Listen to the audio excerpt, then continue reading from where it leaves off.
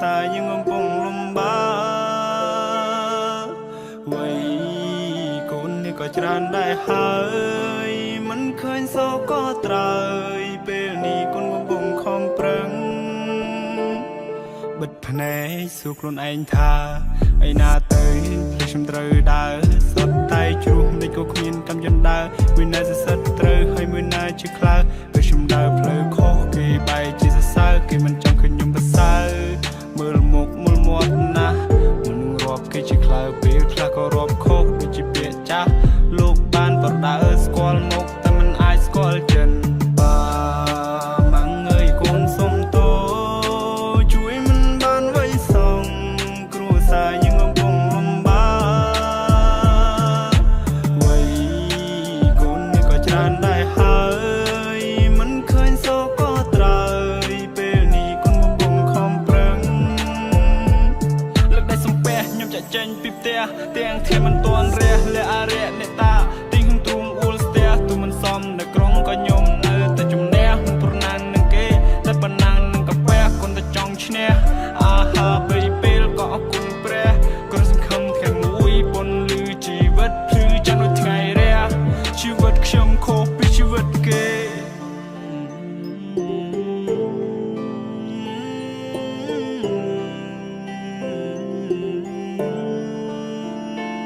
ជីវិតខ្ញុំខុសពីជីវិតគេគ្មានសៅរ៍អាទិត្យរវល់រហូតគ្មានពេលទំនេរខ្ញុំប្រឹងប៉ុណ្ណឹងហើយរឿងនេះមើលមិនឃើញទេបើខ្ញុំនៅតែក្រសុំកុំពីលបាត់ទេប្រឹងហើយក៏គេងមិនគ្រប់ធ្វើការតាំងពីព្រឹករហូតទល់ប្រលប់បើខ្ញុំមិនប្រឹងទេសួរថាបានអង្គ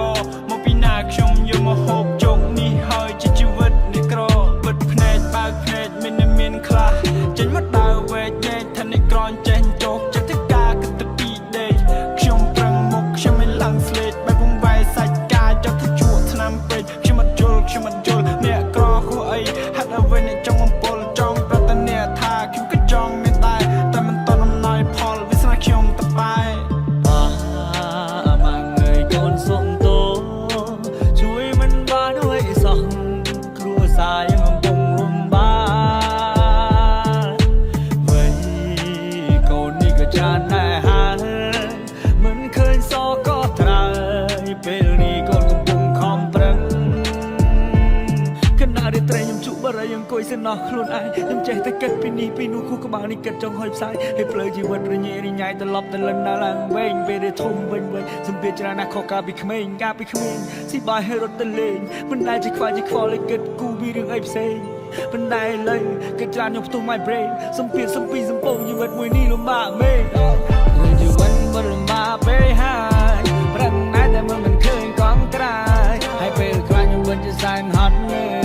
ហើយពេលខ្លាចខ្ញុំមិនជាសែនហត់នឿយយកទៅមនុស្សយើងមានជីវិតមួយដូចតែគ្នាតែជីវិតខ្ញុំវាដូចជារស់សែនវេទនាគេអ្នកមានជារស់ស្រួលជីវភាពគេធូរធីតែខ្ញុំវិញក្រធ្វើចំណាក់មកនៅស្រុកគេសែនរងាជីវិតលំបាកលំបិនត្រឡប់ទៅលិនឡើង movie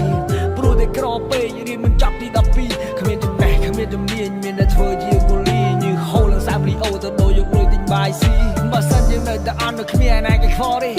ទឹកមកមិនសូវប្រៃវិសាប់ដូចជាទឹកទន្លេ